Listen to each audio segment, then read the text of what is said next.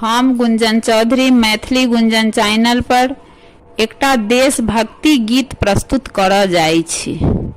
हमार देशवा हमार देशवा सोनवा के चिड़ैया, हमार देशवा सोनवा के चिड़ैया। पूरब आसाम शोभे पश्चिम बम्बैया, हमार देशवा सोनवा के चिड़ैया, हमार देशवा सोनवा के चिड़ैया। देवी और दुर्गा के पूजा महान बा, हमार देशवा में नारी के सम्मान बा। देवी और दुर्गा के पूजा महान बा, हमार देशवा में नारी के सम्मान बा। घर घर में भारत माता के जयकार बा, हमार देशवा हमार देशवा सोनवा के चिड़ैया, हमार देशवा सोनवा के चिड़ैया। पूरब आसाम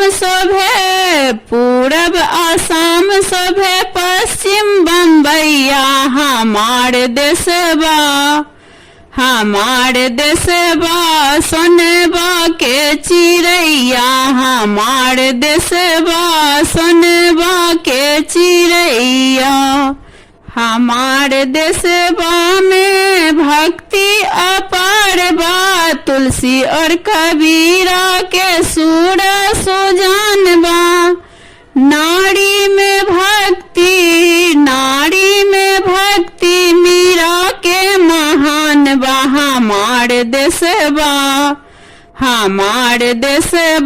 सोनवा के चिड़ैया, हमार देशवा सोनवा के चिड़ैया। गावत लोगवा देश गुणगान बा, सुनी सुनी मनवा में आनंद अपार बा। देशवा के खातिर हम देव बलिदान बा, हमार देशवा सोनवा के चिड़ैया, हमार देशवा सोनवा के चिड़ैया। पूरब आसाम शोभे पश्चिम बम्बैया, हमार देशवा सोनवा के चिड़ैया, हमार देशवा सोनवा के चिड़ैया।